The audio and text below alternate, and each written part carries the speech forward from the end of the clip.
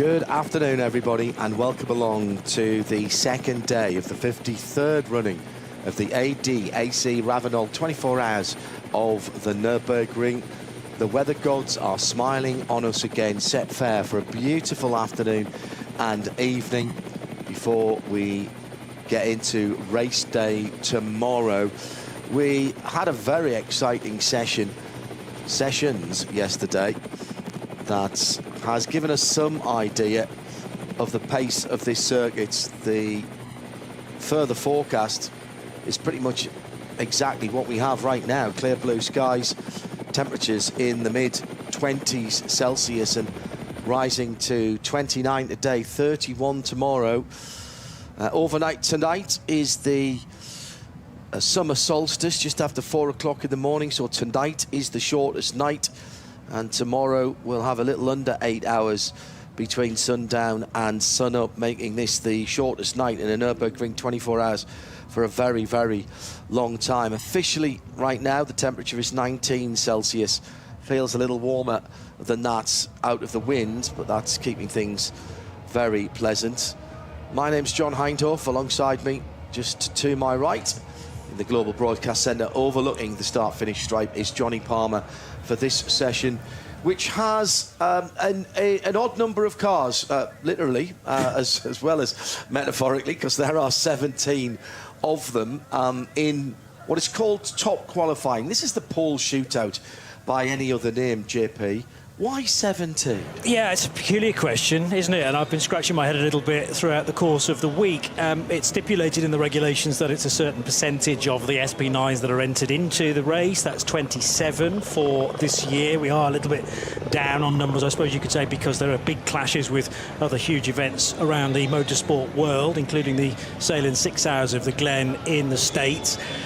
Still, there's great strength in depth, and what it means is that there were 5 places up for grabs at the end of qualifying 2 last night. Combined session, so Q1 bolted onto Q2 as if it's one long session.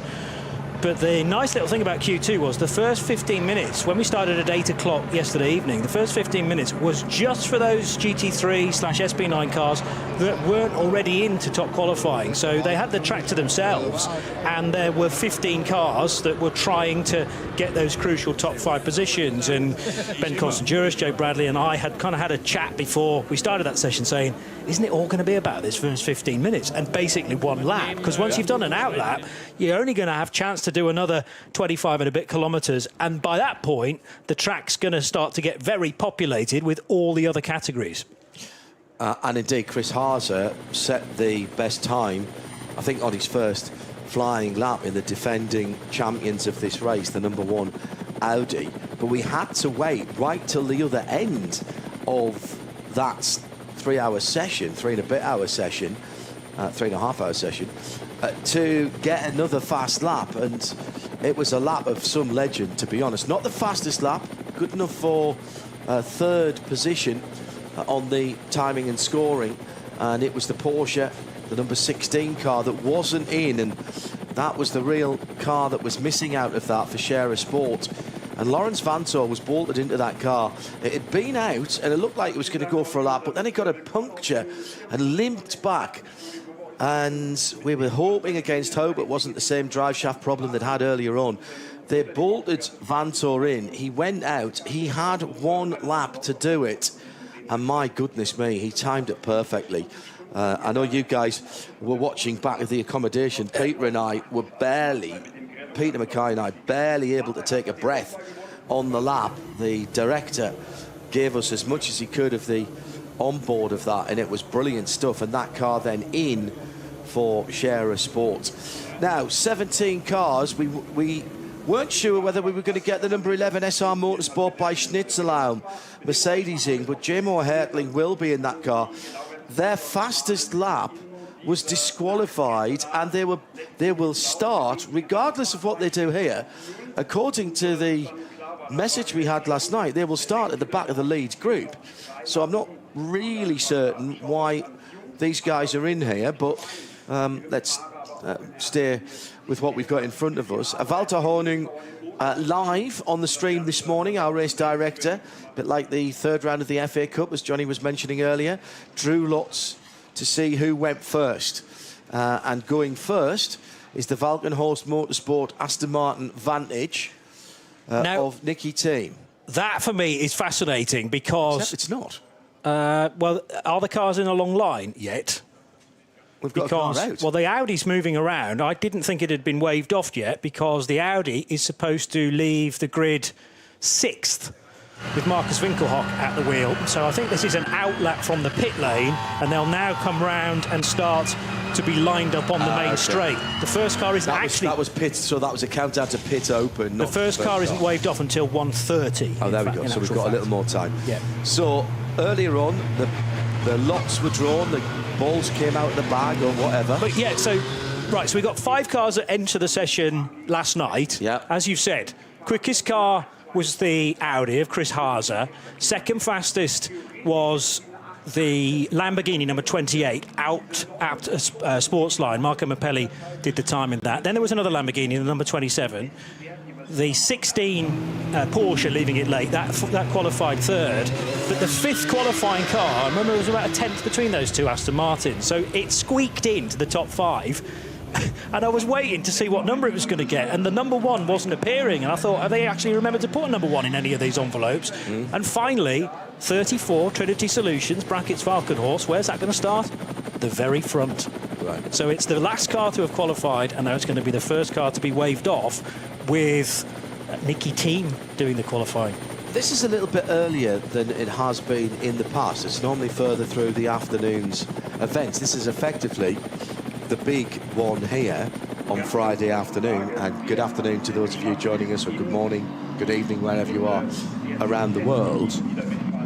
This is, I mean, it's not by the sun high noon, but it's hot. The temperature on the track is hot.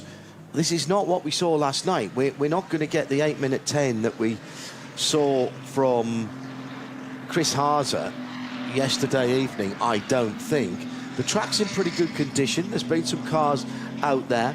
The other thing that's different from what you've seen so far, if you have been following along, this is the first time that there's no cones on the front straight. So you now can enter the pits directly off the end of the North Loop. And you can still come around the back and come in through the Grand Prix circuit into the pit lane if you so desire. But that will take one of your laps away. You are allowed 2 flying laps. So a warm-up lap and 2 flying laps. I suppose you could just come around through the pits, but that wouldn't be a quick lap, would it? So cars coming round to the pits now, out of the pits now. One of the things we noticed, JP, is there's been an interesting choice of qualifying drivers. Yes. Because you pulled your face there a little bit. It almost looked like it was slightly in pain. I kind of was, because before the sheet was issued with the drivers that are going to do top qualifying, I thought, oh, let's try and guess and work out who I would put in the cars, right? I think I would have got about a third of them. I think I would have probably got about a third, or maybe even a quarter of them. It was a toss-up for me between, in the 34 Aston Martin, which will be the first car off, Mattia Drudi off the back of a Le Mans pole, and Nicky Team. Because with the respect of Christian Krognes, the thing is, Christian's driving 2 cars this weekend. Yeah. He's also in the number 35 car from the same team, Trinity Solutions. That's a Pro-Am car, so actually Christian's the quickest driver in that. So as soon as you put the Christian in the Pro-Am, who then is left over in the 34, say left over. Nicky Team, Mattia Drudi, that's an embarrassment of riches. They've gone with the Dane. Yeah. Then I looked at the 33 Falken Motorsports Porsche. Julian Andlauer stands out because he's been rapid the last couple of days, but it's Nico Menzel that goes in that car. I'd have got that one wrong. No disrespect to Nico. I'd have put Andlauer in that car. But then you think, recent Nürburgring Nordschleife specialist, perhaps Nico is the better bet. I'd have still put Julian Andlauer in that maybe. car. Okay. The 30 car, the 30 Trinity Solutions, that is an all-AM lineup. It's an all-bronze lineup, so it might have been Henry Valkenhorst. They've elected to put Stefan Aust in that car. Fine. As you see, a permanently 1 from 3 there. Yep, absolutely. 45 realised Condo Racing with Rinaldi, the only Ferrari in the whole of the race. David Perel of South Africa. You've got Felipe Fernandez-Laza, who was in the Ferrari 2 years ago for That's who I would have put in. Felipe Fernandez-Laza. Axel Jeffries, good driver, but then I thought, Thomas Neubauer, he's often got some very good laps around here. So I was thinking, yeah, Fernandez-Laza or Neubauer, they've gone with the Frenchman. Okay. Lamborghini, which was the 4th fastest car last night after the 2 qualifying sessions. Lamborghini number 27, which is the Red Bull apt car. Jordan Pepper did last night's time, so I thought, well, he's got a fair shout. But Mirko Bortolotti also, and Danny Juncadella. I mean, to be honest, it could be any of those 3. I think I'd have put Juncadella in. Fine. Well, it's Bortolotti, who's the Lambo specialist, I suppose. So I wouldn't have been doing well so far. No. Then the number 1 Audi, Chris Haase, wasted no time at all last night. He did an outlap and then the fastest lap of anybody. Yeah, so it's Chris Haase in the number 1. All day long. Yeah. No, Marcus Winkelhock. Okay, so that's another one we got wrong. No disrespect to anybody who's going out there. We're just sort of saying it was a topic of conversation. Certainly, yeah. Certainly, yeah. And who's next? That was the Jutta R8 is next. The 8 Jutta Racing Audi, which is a Pro-Am car. That did initially have Frank Stippler in it, but he's going to concentrate on Ford Mustangs instead. So they've taken Stippler out, put Pierre Caffer in. So Pierre Caffer's qualifying. You would have thought so. Yeah. But actually it's Alexei Veremenko, who is one of the non-pro drivers. And I kind of understand that because... the builds. Exactly. Yeah. There'll be a fair bit of... and how many times do you get to do... it's a full tank lap. It has to be mandated, but with fresh tyres and hardly anybody else on the Nordschleife. What an experience for that. I understand that one. Yeah. The other thing I should mention is fresh tyres, yes, but they're all going to be on full tanks of fuel. So you can burn off a little bit on the installation lap, and then that's a question as to how much does the second lap improve. The tyre performance drops, but the car becomes lighter, and considerably lighter because you've done nearly 26 kilometres. Next up is the 35 Trinity Solutions Aston Pro-Am. As we've established, the quickest driver in there, Christian Krognes, so the Norwegian gets his seat. 48 was always going to be interesting. This is the Porsche from Black Falcon Team EAE. Interesting, first of all, as to whether they were going to get the car fixed, because Mustafa Mehmet Kaya had his incident at Metzgersfeld last night and ended up underneath the tyre barrier. Took a long time to get that car towed out from the tyres, on the flatbed, back with the team. And I caught a glimpse of that car during qualifying 2, and there was so much work going on that car, lots of body panels off, but it is on the grid, I'm told, so they might have had a bit of a late night finish. But number 48 in Pro-Am, which is one of the Intercontinental GT Challenge entries as well. Do you put Gabriele Piana in that, who's had a great result probably about 10 years ago in the 24-hour race? Or one of the up-and-coming drivers, and they've elected for the Dutchman Dan Arrow to put him in the car. A great driver name, that is, Dan It's Arrow. Brilliant. Yeah, but it's not actually his real name. It's like Max Revs. His real name means arrow in Dutch, but sounds more like... And none of us English speakers have a real difficulty in saying it. It's spelled P-I-J-L. Okay. Pale. Pale, which means arrow. Okay. So I can understand. Yeah, it's making it a lot easier for us. Here we go. 1 minute. Rattle through the others then. So then the 16 car, very last minute last night. The time was done by Lawrence Vanthoor. He's going to do top qualifying. Yeah. 28 apt Lamborghini. Marco Mappelli was quickest last night, but they put Luca Engstler in the car. Okay. 17 Mercedes, all 3 Mercedes were already pre-qualified. Adam Christodoulou is going to do the time in that. He's the Nordschleife specialist after all. We've got the number 44 Falken Motorsport Porsche. I was kind of looking forward to Dorian Boccolacci doing a time, but we're going to see Maurice Schuring, who was a Le Mans winner last year with Manthey, but he's driving for Falken Motorsports in this event. Speaking of Manthey, the 911 Grello all the way down in 14th position to be waved off from there, but Kevin Estre will drive it, perhaps unsurprisingly. Maro Engel has had something like 4 Glickenhaus trophies in the past, so he's in for I think it will be a 5th. I'll check that. Jamo Hartling you've mentioned. No, that's a Pro-Am Mercedes, number 11 from SR Motorsport Schnitzelarm. They'll have to start from the back of the grid anyway, but Jamo Hartling will do the time. And Yusuf Ovega in the only Ford Mustang to make it into top qualifying. 3 Mustangs making their debut at the Nürburgring 24 hours. Okay, so Nicky Team is off and running in the Falkenhorst Aston Martin Vantage. as is Nico Menzel for Falken and their Porsche. The other thing to remind everybody about is that since the qualifying races, the 34 Aston that Nicky Team drives has switched tyre manufacturers. Used to be on Pirellis, it's even on our list as Pirellis, but they're now on Michelins. All right, can you make a change on that, please? Yeah, I'll try. Right, just put a big M on there. I'll cross the P out. And then we'll know. Indeed. Right, thank you. I actually have got an updated version of that, which I could probably Have get. you? Yeah, I could probably. And Keeping that for yourself? oh, it's on my phone. Okay. So only this one pole shootout for top qualifying. The 5 transferees, 5 transfer spots were in the combined times from yesterday. So the top 5 qualifiers who weren't already qualified then go forward. You follow me here? Just about. Yeah, I'm confusing myself now. I'm going to stop talking about it and just concentrate on the cars that are actually out there.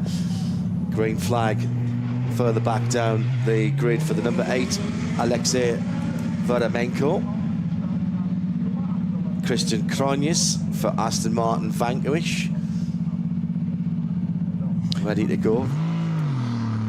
Now, news from Davey Avema of Sportscar 365. I had wondered whether this might be a rule, but then I couldn't understand why Vanthoor was allowed to drive. Yeah. In that first 15 minutes of last night's qualifying too, 8 o'clock till 8:15, if any car set a fast time, their fastest time within that 15-minute segment, you have to change your driver. Right. So Chris Haas's not eligible, therefore, to do this bit. But Vanthoor's the difference, because Vanthoor led set it in the normal bit of the session. And he wasn't out there anyway at the start, I don't think. Thank you, Davey. He's got so many answers for me this weekend. Oh, we've got a problem for the Falken. They've got a right rear puncture on that car, the number 33 car. Second off, Nico Menzel. We've seen this a few times. How many's that now? That's at least 3 right rear punctures that we've seen on the Falken Porsches. One of them was a drive shaft problem as well.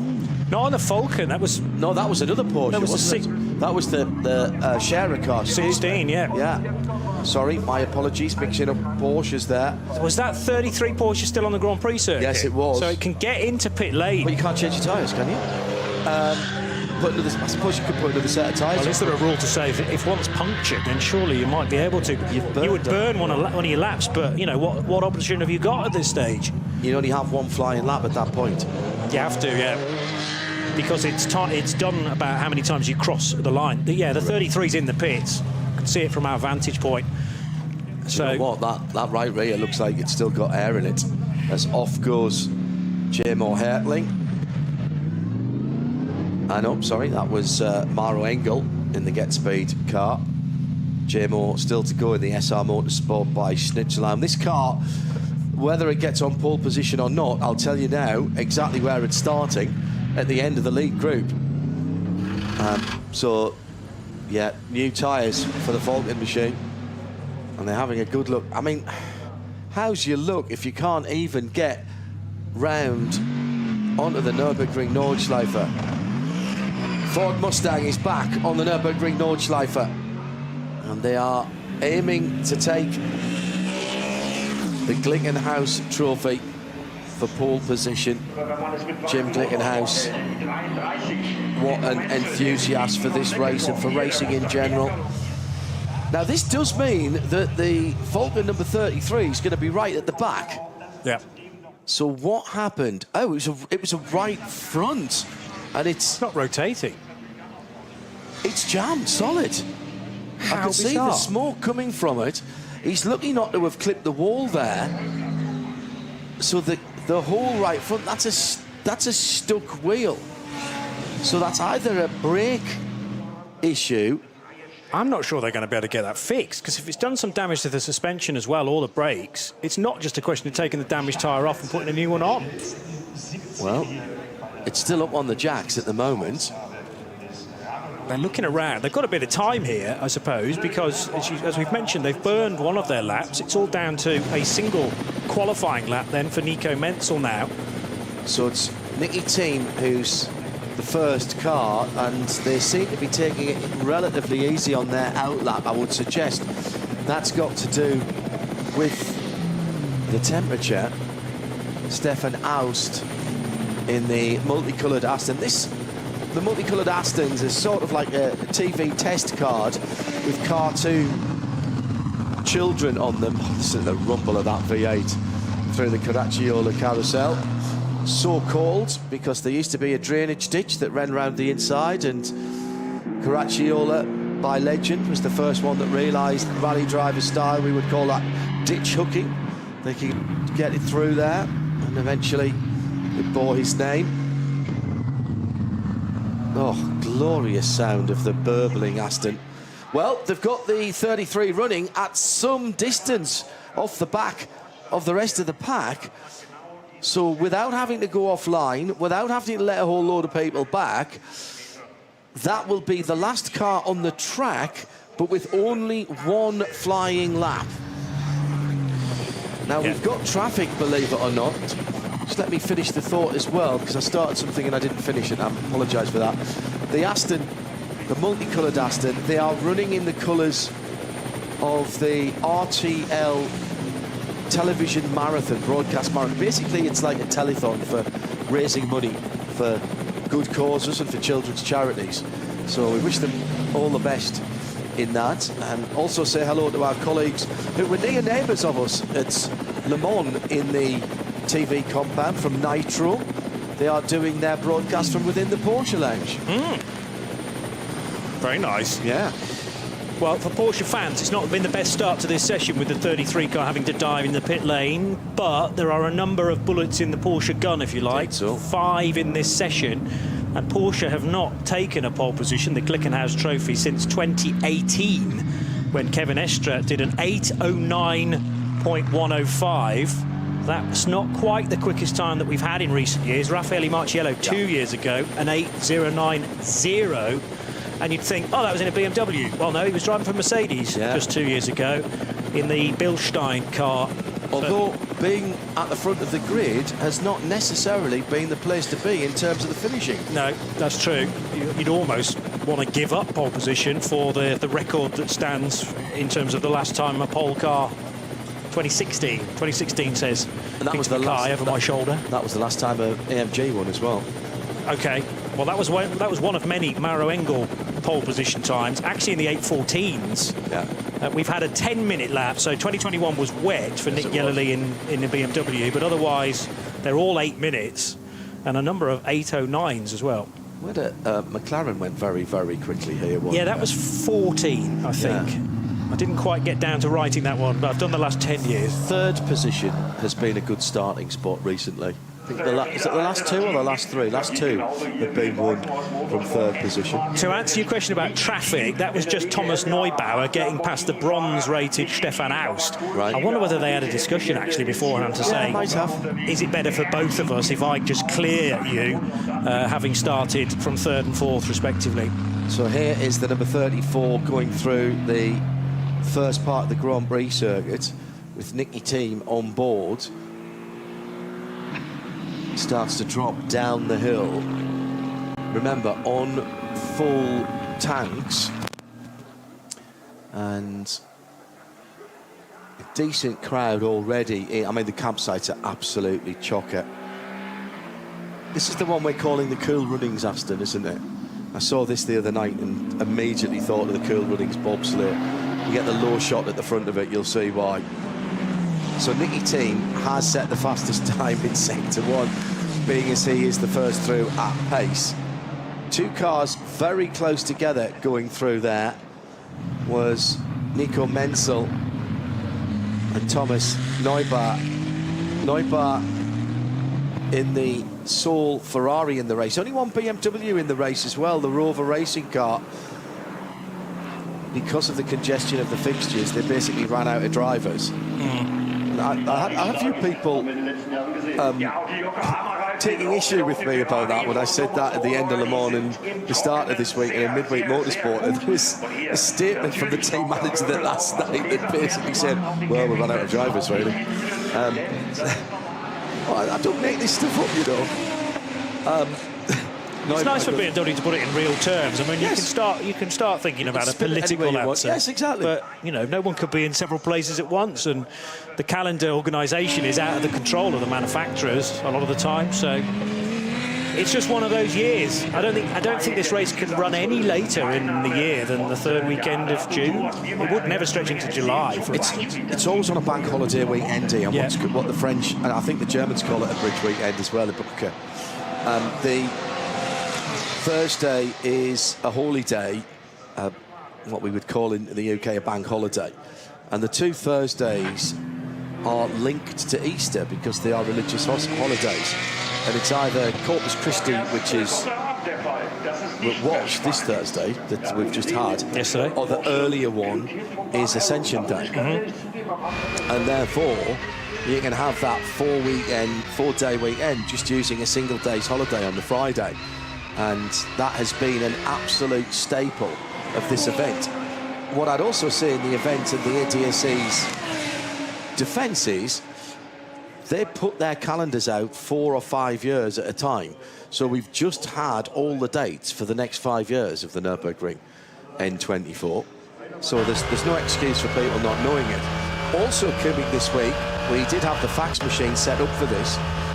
The Formula One calendars come through for next year, and I note that Spa and Formula One, which had taken the CrowdStrike Spa 24 weekend date, which therefore bumped that to next weekend this year, that has moved back into later in July. So there's a potential for that CrowdStrike Spa 24 to go back somewhere nearer to its original date in early, either later in June or in early July. We'll find that out next Friday in the press conference at the CrowdStrike 24 Hours. It seems bizarre to me, Johnny, having been involved in... I'm delighted by it, but it seems bizarre to me, having been involved in sports cars for nearly 40 years, that we are now worried about congestion of major events which have got, you know, 100 and odd cars as it is here, 76 cars at Spa, 62 cars at Le Mans, this weekend at the Sirlands, 6 hours of the Glen with the Michelin Pilot Challenge and IMSA WeatherTech there. It wasn't that long ago when we were counting the days to the next Le Mans, and that would be the next big sports car race. Yeah. I mean, I love it, but it provides logistical problems because there are only so many weekends in the year. Now, that said, I've got 2 weekends off in July. What?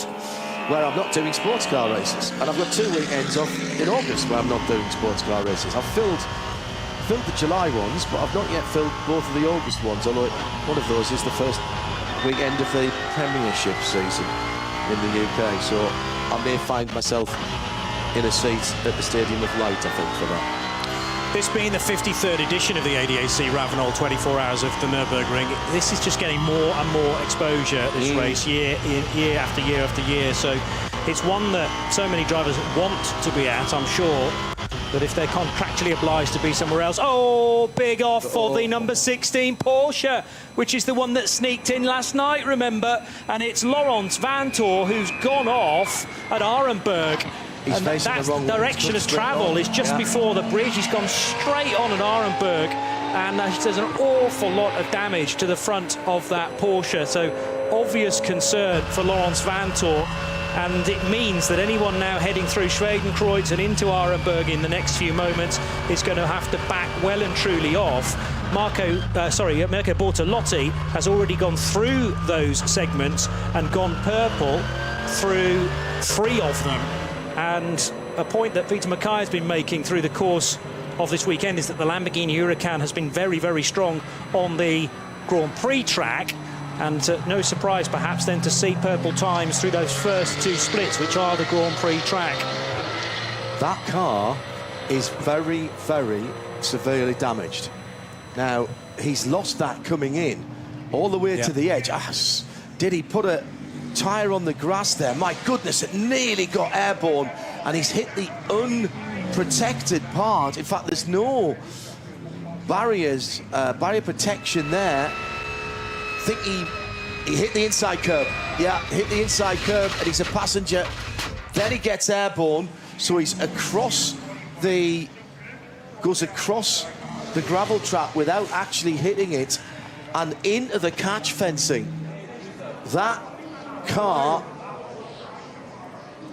is seriously damaged. That car is extremely seriously damaged. Was Lawrence already out of the car and talking to marshals? They were gathered around the tyre wall as if he was out and sort of slumped against the tyre wall as they were checking him out. But I just want to be sure that Vanthoor's not necessarily okay straight away, because it's always difficult to tell that, but just as long as he's out. In the meantime, Mirko Bortolotti in the number 27 Red Bull Team Apts Lamborghini GT3 Evo 2, the man that was fifth away, is absolutely flying. There's a smattering of fastest laps or fastest sector times for everybody at the moment, but Bortolotti, as Nicky Team comes to, Bortolotti's doing the best, Nicky Team comes to the end of the Dottinger Her for effectively his first competitive lap. Red flag. I don't think there was any choice there. I honestly do not think there was any choice. The burble of that Aston Martin is incredible. Now, the only thing that I would say about the damage to that car is that it's on the passenger side that the major damage is, but I'm pretty certain that in the trees there, I could see... He's sitting on the wall, the helmet's off, there's two paramedics in front of him, so they're talking and he's just gathering his thoughts. So that's the best news. You can fix race cars. That's I'm not saying it's going to be fixed in time for the race, but I just want the driver to be okay. And he's clearly very, very shocked and winded, and he's actually sitting on a bit of armcore that the car damaged and has flattened down. So it's formed a seat. So it's formed a seat for him. Well, that's very convenient, isn't it? I mean, wow. He was out walking normally, so I guess he's okay. Yes, he's okay. We've just heard from the team there in the background. He's walking away, helmet in hand, not even limping, and takes a glance over his right shoulder at what I will say is the remains of his car. Every single corner on that car is damaged. Yeah. The left rear particularly. Now, I think he was in trouble the moment he hit the inside curb of Schwedenkreuz, and that pushed him wide. He was then on the grass, which is very dry and dusty, but it was being launched over the curbs that then gave him the trouble, and he's up over the top of the Armco into the catch fencing, which does its job absolutely correctly. So inside curb, there's the touch on the inside curb for Sally, and just at that point Lawrence is a passenger, and it's already starting to go very badly wrong. That inside curb at Arenberg is very steep as well, so it's dropped off the edge of that. And I think the touch of Schwedenkreuz on the inside. And by the way, I take back what I said last night. The loop on their Y from Sally is actually a Porsche Y. So that is all Porsche lettering on that car. The best news, Laurens Vanthoor is out of the car.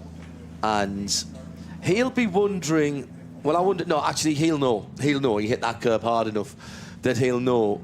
But there is the absolute illustration, Johnny Palmer, of why we say that round here is a game of, well, not a game at all, actually, where a difference of inches, millimetres sometimes, can have absolutely incredible consequences that far outweigh a mate, what was it? Not even half a tyre over that curve. Oh, yeah. Not even half. We know how well he knows this place. Yeah. Because look at that lap he did last night in complete darkness. So all of that is muscle memory, but it shows how hard he's having to push in an attempt to get pole position, a front row start, a front two-row start, let's say. And he knew how valuable that initial lap was in terms of the tyres being brand new. Yes, the car was heavy with fuel, But if you don't do it on the first lap, you're very unlikely to go quicker on the second lap, and that's how hard he was pushing. I actually think the nose of that Porsche, as it hit the arm coat, went underneath the metalwork, and that's why the front is so compressed now. Get another chance to describe it to you. Is important. He comes over the brow, turns in all the way from the right, and then just clips. I mean, turned in a fraction early, and from that point he was chasing the car. I mean that is how little margin for error there is, and that is a huge commitment corner. And then as soon as he's on the dirt, he's literally a passenger. Yeah, it's gone underneath the arm coat, and the catch fencing or the debris fencing has done a good job in really retaining the car as well within the confines of the circuit. But I dread to think the amount of damage that has been done to the front of the car. My worry there is that the right front A-pillar has taken damage. 270 kilometres an hour through over the top of that brow and into the left-hander of Schwedenkreuz, the Swedish cross.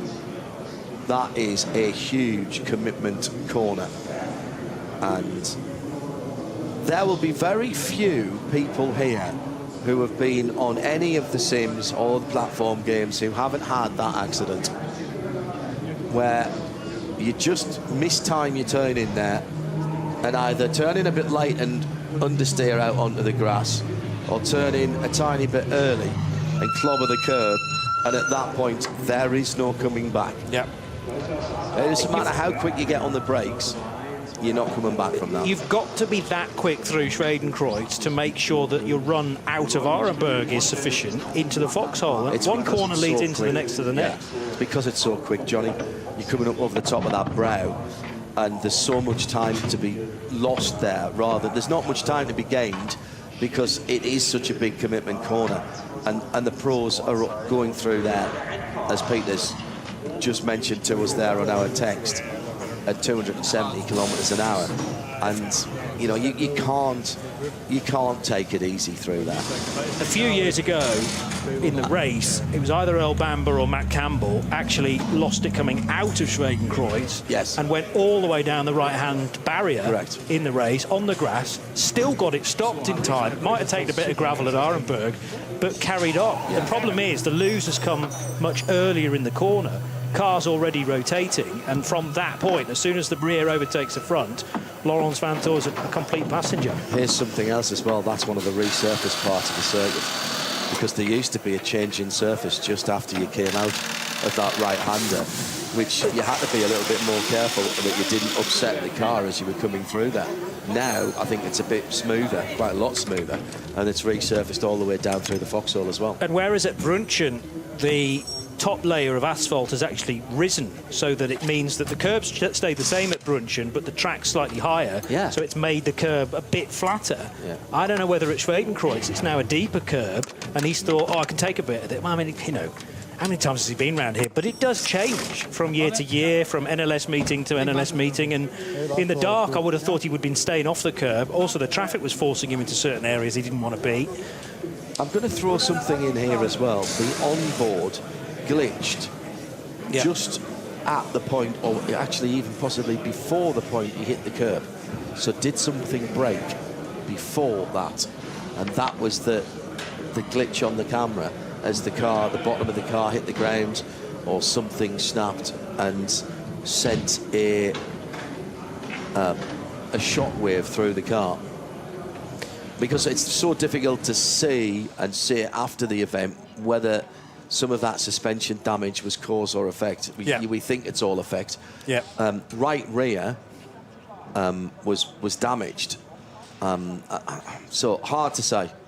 I mean, that is the car with the drive shaft problems earlier in the week, and I know that did significant damage to the engine as well.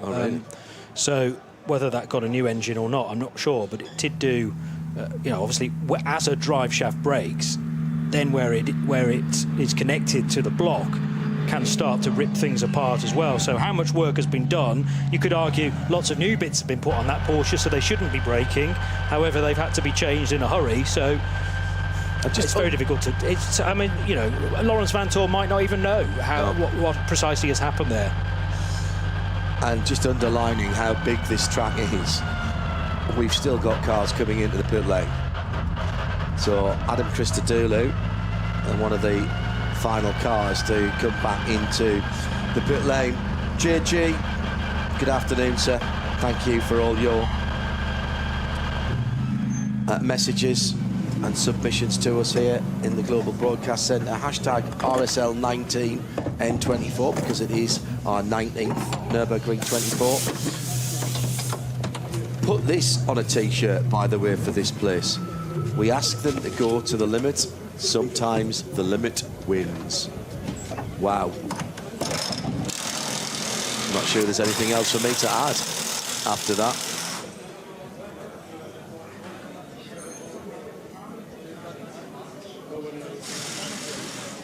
So now we wait. And the question will be, do we reset this and start again, or does everybody start from a single lap? And in that case, does that help the Falken Motorsports number 33, who'd effectively lost a lap? Yeah. If everybody now only gets one lap, that will certainly help. I mean, it's a very tight schedule here today, and it depends how long the stoppage is going to be. This session was due to finish at 2:30, which is 34 minutes away, and the next action will be at 3:15 for another race, one of the support races on the Grand Prix circuit. So how far do you push things later in the day, bearing in mind that the 24-hour cars are going to have to do their third and final qualifying session at 4:15. So that's for everybody from 17th on down, is it? It is, yes. So you still get a chance, if you have not made it into top qualifying, to improve your position from 18th to 27th in SP9s. Also getting word that Adam Christodoulou in his Mercedes has been pinged for a pit lane speed limit breach, and therefore his fastest lap time will be lost. Wow. So if he only gets one in, that's him starting from the back as well. We're slowly collecting quite a number of cars now who will potentially start from the back. We've described to you about the number 14, not the 14, the Schnitzelarm Mercedes number 11, that's already going to have to start at the back, regardless of what time it sets in top qualifying. And it's sounding like the number 17 Mercedes AMG Team Get Speed GT3, the AMG GT3, will have to start towards the rear as well. Kevin Estre in the early part of his first flying lap in the Grello Porsche, heading through the Vidal chicane a couple of moments ago. But there are no times displayed, even if the cars got through. Well, actually, having said that, Nicky Team did set an 8:32.8, but that was, I'm guessing, after the red flag was shown, and therefore wouldn't count. Of course, if he did get across the line and the red flag was shown afterwards, does the 8:32 count? But it's certainly not up there in terms of a fast time. I don't know that was done as you say it, whether that was done in time. Yeah. Yeah, well, he wouldn't, even if he crossed the line, he may well have, the lap may well have been timed, even though the red flags were out. And there'll be big question marks as to whether you can set a fast time, in inverted commas, when the track has been entirely neutralised, well, more than neutralised, red flagged for the recovery of the number 16 Cherry Sport PHX Porsche, and for Lawrence Vanthoor to safely make it back in a rescue unit. That's a long, long way from home, Arenberg. It's not as far as you can get, but it's a little way from any access routes. I'm impressed with how quickly the medics were on the scene there, but they will just sort of materialise here, because just as the pickup lorries do, and the Armco trailers and everything else, that they all have little hidey hole places. So Lawrence Vanthoor was very quickly joined by the medics to check on his well-being. I don't think that is one of the areas where they've got a effectively emergency station part of the way around. Okay. Yeah, that makes sense. 27 Lamborghini of Red Bull Team Apt, with Mirko Bortolotti driving that car, finishing 4th in the qualifying session last night. Remember, 5 cars progressing to make it a full 17. as we've said, slightly odd number, but that's now down to 16 cars. And of those 16, a few of them are going to have laps either deleted or blatantly ignored in the case for the number 11 SR Motorsport Mercedes. I actually think they're going to have to restart this from ground zero, effectively. Yeah. And reset this as if this first part didn't happen. Which means, well, I don't know what that means for anybody who's had laps deleted. Maybe they'll just have to throw that out. But I think that also is manna from heaven for Falken number 33 car. There's as you can imagine, there's a frantic bit of reading of the regulations to decide what is allowed and what isn't allowed in terms of spare cars. If that car can be repaired, and bear in mind they've got until late morning on Saturday in terms of running it in, so you would be able to get some practice in. I mean, there are Porsche teams that are based very close to round here. True. Including none other than Manthey, who I'm sure could help out with anything that needed doing, and would be asked sort of do, I'm sure, by Porsche. But if not, are you allowed a new chassis? I mean, this is not the first instance where a car has been crashed in top qualifying, and I'm sure it's not the first where it then cannot be repaired. So there's always force majeure to say we haven't got a car to race with anymore. Can we pick another one that's near enough identical? And there's an opportunity then for warm-up at midday tomorrow. Correct. So they've got all the morning to get prepared for a 40-minute warm-up session. So we'll wait to see. Okay, we're just hearing now that... So what is going to happen here is they're going to red flag and effectively checker flag this session for the time being, because we need to re-prep the circuit for the touring car masters on the Grand Prix track. So top qualifying, it will be abandoned at this point, and we'll adjourn until 4 o'clock this afternoon, and then presumably it'll be reset. I'll wait to hear from that. I think that's a decision that Vanthoor and the rest of his team will have to make. I think that's very pragmatic to what they've done now, because you've got people sitting in their cars ready to go out. Yeah. And they can race on the Grand Prix circuit, no problem. Correct. Whilst Arenberg is repaired. So you're not delaying anything by doing that. I think that's a really sensible use of the circuit. But will it be 2 laps of qualifying or just down to the 1 lap? This session was due to take basically an hour. So the first car waved off at 1:30 and we should have been done by 2:30. So you've got to try and find 60 minutes somewhere within the remaining time. You can't compromise the 90 minutes that is qualifying 3 for all the other runners, surely. The other SP9 cars as well. No, but you have got a big gap. No, you haven't, actually. You've got an hour and a half's gap between... no, you haven't. You've only got a 30-minute gap between the end of the Tourenwagen Legend race. So it's the Cup and Tourenwagen Touring Car Trophy, and then we'll have top qualifying. Then I presume we'll have the Touring Car Legends race, and then the hour's worth of hour and a half's worth of qualifying and delay the drift show, possibly. Yeah, that would make sense. So push that later on into the evening. Yeah. Last resort will be to trim that 90-minute session to say an hour, and that gives you a little bit more wiggle room. But I don't think that's fair on the other runners. I don't think they'll do that. No. So it suggests to me that they will try and squeeze it in and push everything back half an hour or so. So I'm afraid to say that that is going to be that as far as our pool shootout for now. And hearing from race control, as we reported to you, that the resumption of the pool shootout, top qualifying as it is termed here, will not start before 4 p.m. local time. That doesn't mean it'll start spot on 4 o'clock. We haven't had that, but it will certainly not be before. And the suggestion from the information that gives to me is that will very much depend on the work that's going on at the top of Arenberg at the moment in terms of replacing the arm core and ensuring the safety of that debris and catch fencing and where they are going into the ground. Absolutely did its job. But, I mean, talk about flattening 2 layers of metal barrier. It was so flat that it was almost perfectly a seat for Laurens Vanthoor when he got out of the car.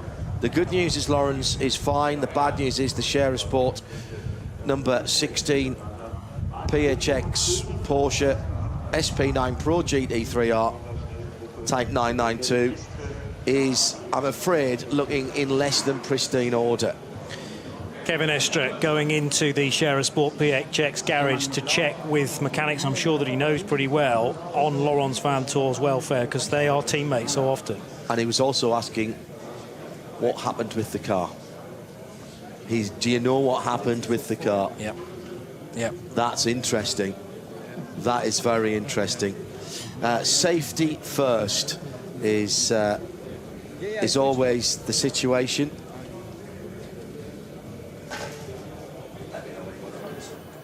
So the teams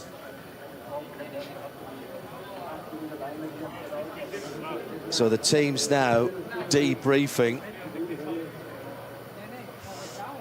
and so coming up next will be, as the timetable dictates, the touring car cup and cup car trophy races.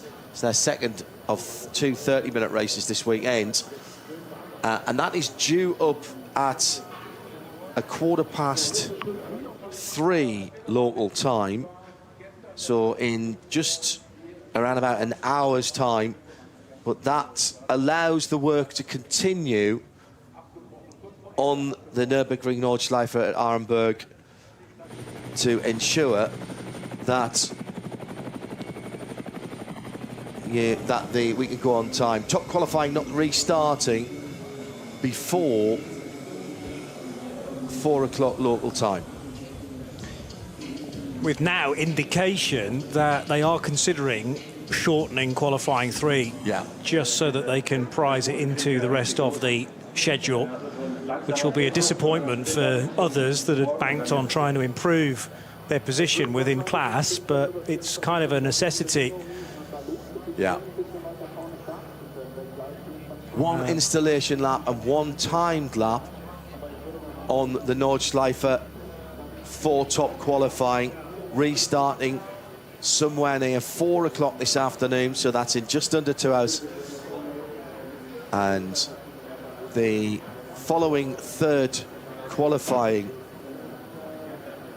following from Q3, which is everybody else's last chance to qualify, will be shortened, but at the moment we haven't got any further detail on how much that will be shortened by. So a disappointment for Johnny Palmer and me, John Hindorf, that we didn't get to see the shootout we were hoping for. The good news is that we will still get a shootout later on in the afternoon. Don't go too far away, because we will be bringing you more action as we have it. But reconvening at 4 o'clock this afternoon, when we'll have a single top qualifying lap shootout. So a proper bull shootout for presumably the remaining 16 of the 17 cars. By then we should have some more news on that Share Sport PHX number 16 and how bad the damage is. That car already on its way back on a flatbed,